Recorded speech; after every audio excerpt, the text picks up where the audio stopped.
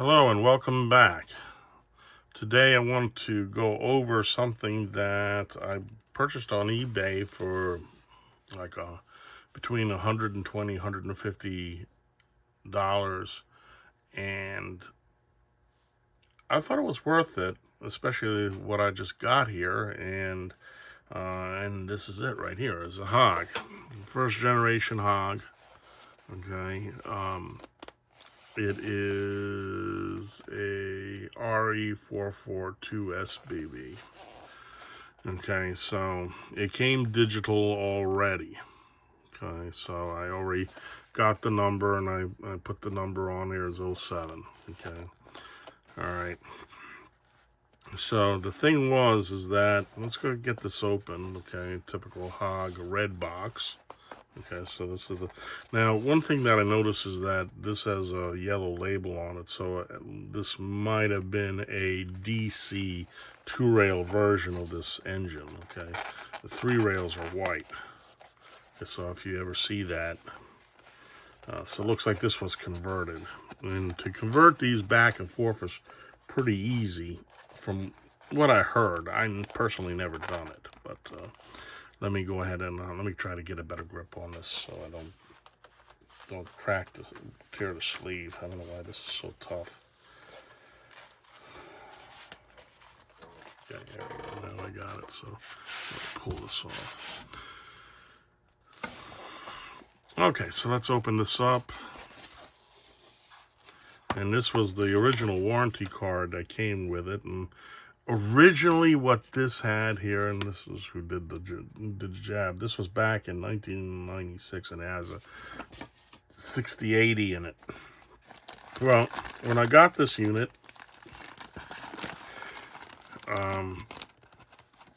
it ran fine with the 6080. Now, one thing that if you notice here, I've got plastic bag wrapped around this. I recommend that so it doesn't react to the styrofoam, given a very length of time. So let's take this out. Put this down here. Let's get this out of here. Okay, but nothing really spectacular that any of you HAG fans don't already know about. But one thing was for certain that, and I wish it was already kept in this format, in the DC format, because after a while I ran it and it sat for a little while, and then I tried to put it on the track again and it was spinning its wheels. I looked underneath of it and the traction tires were hardened up, and looks like the brushes needed replacement. So I said, you know what? I'm going to send this down to Helmuts Hobbies, Helmuts Specialities, and the owner, Scott Housman, I told him to go ahead and put a MFX decoder in this. No sound. I don't need sound on this, but let's see. What I want to show you here is the workmanship of what Scott does. Some of you that are watching this video probably may be already familiar with it, but those of you who aren't, we'll go ahead and take a look at it. Now, unfortunately, I do not have a before and after shot, but if I have something like that done again, I'll try to do that. So let's crack the shell open and see what we got here.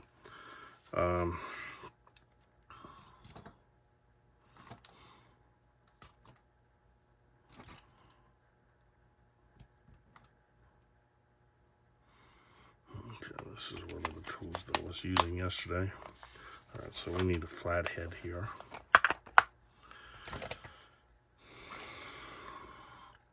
And just like the older style Marklin, HAGs are very easy to get into. All you got to do is just do this. Undo that screw. Put it down here. Take this off. And then the shell just come off. Now here's his workmanship. Basically, it's a Loc Pilot. Okay. It has the flat commutator on it, so that's what that is. So you can look at those new brushes. Of course, the magnetic for the high efficient propulsion system, 5-pole motor. So I'm looking forward to running this the way it is now after the upgrade. Okay, but you can see his work is quite clean. No access wiring, no solder blobs anywhere. So basically it came back as like a brand new engine. If you take a look at everything here, the sliders is new, the wheels are clean, everything. Again, his labor rates are very good. Again, the old saying goes, you get what you pay for, and he does a top-notch job. So I recommend it, even though, with my background, electronics, I could do it myself, but he's got all the equipment, the ultrasound cleaning, and the proper actual tools to do it. So at the end, it's like I'm getting a brand new engine. Okay, so let me go ahead and put this back on there, and then let's put it on the test track and see how this runs. Okay. So we'll make sure we put this, the lever for overhead, get that in there right. And I already put the number on here, put a label down there just to make sure. I know people say with MFX you don't need it. Wrong, you do. For me anyway, like for example, when I test this on the 6021 here, obviously I need the number. So if I know a few railroaders that, this was a little tight, the back bogey here. Let me see what's up with that. Yeah, this is one of the things you got to do is before you try to put this on the track, make sure that if you crack the shell off, make sure that both bogies are spinning freely. So let me see what's going on with this.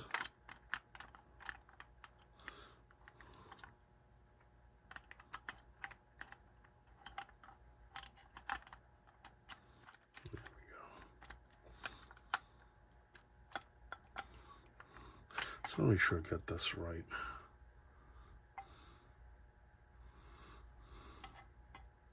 Because sometimes, you can put these in the wrong way, and if you don't remember, like if you put it in like this, you can see that it doesn't fit right. So, well, it does fit, but let's see here.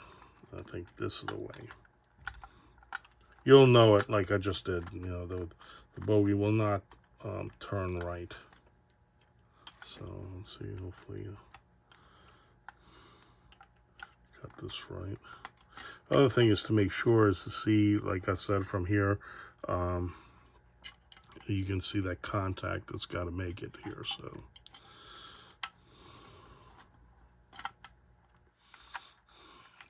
all right. Now this is turning the way it should. This is turning the way it should. Yeah, okay. Let's put this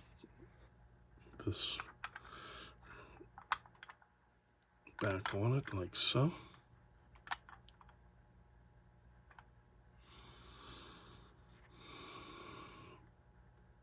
And let's get the body screw on.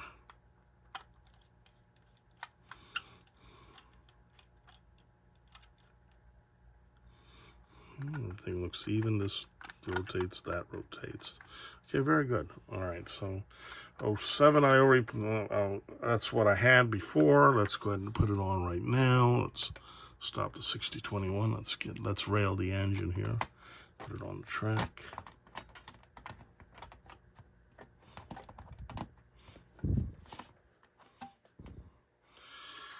Okay.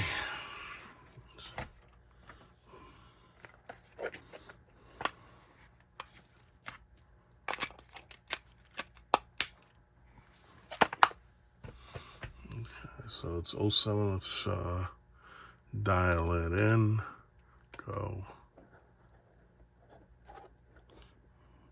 and oh, there it goes. Let's put the lights on. I'll turn the slide off so we can see that better. Zoom in on that. Look at that.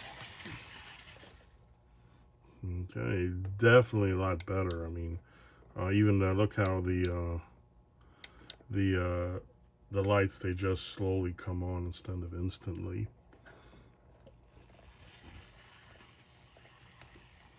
Definitely a change. Look at that. I can dial this down real low, and you can see how it crawls. Even get it down real good. Yeah.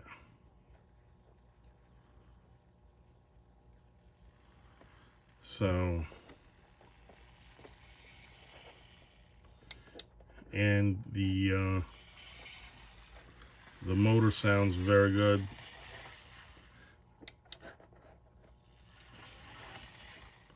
It's not as loud as the original 3-pole coiled AC motor on it. So that's one of the things I do like about the DC motors, that they're more easier to control, and the running noise is not, as loud as the AC motor compared to the DC motor. So, all right, so very good. I'm already happy with it. So let's go ahead and put it on the layout and see how this performs. So, all right, so we got the locomotive put on the track. If I didn't mention this before, we are looking at an RE44 version 2 or phase 2. So I've got it hooked up to some SBB cars. Actually, I have a Panoramic Express, so how fitting. So we'll go ahead and take this around the layout, see how it runs, and see how it goes. So the Panoramic Express cars, basically, they're all made by Roco with AC wheel sets, and the loop couplers are D-link couplers. And let's go ahead and give it a run here. All right, let's turn the lights on, and obviously the central station picked it up immediately. And here we go.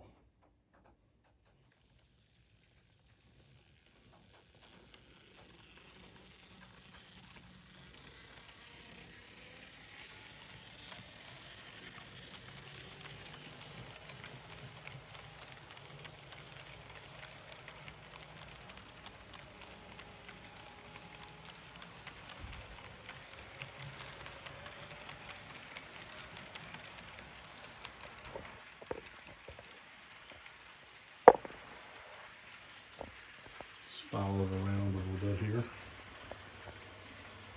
See how it works.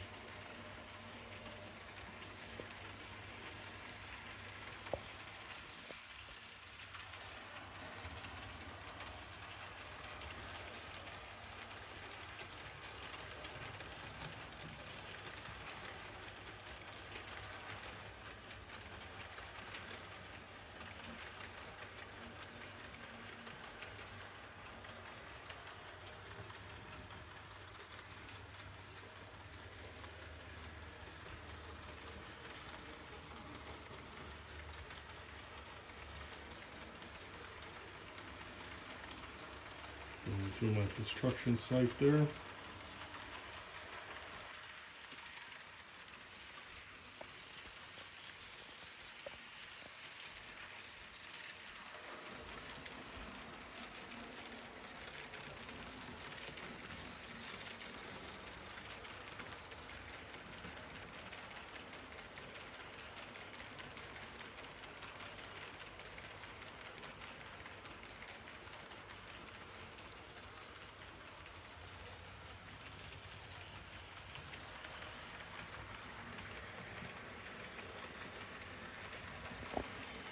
let's give it a little bit more power.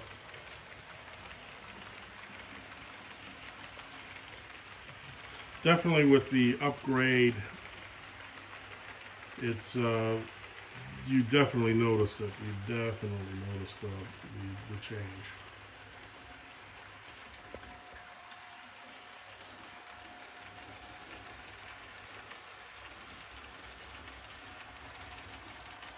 Oh, very nice. Very happy with it.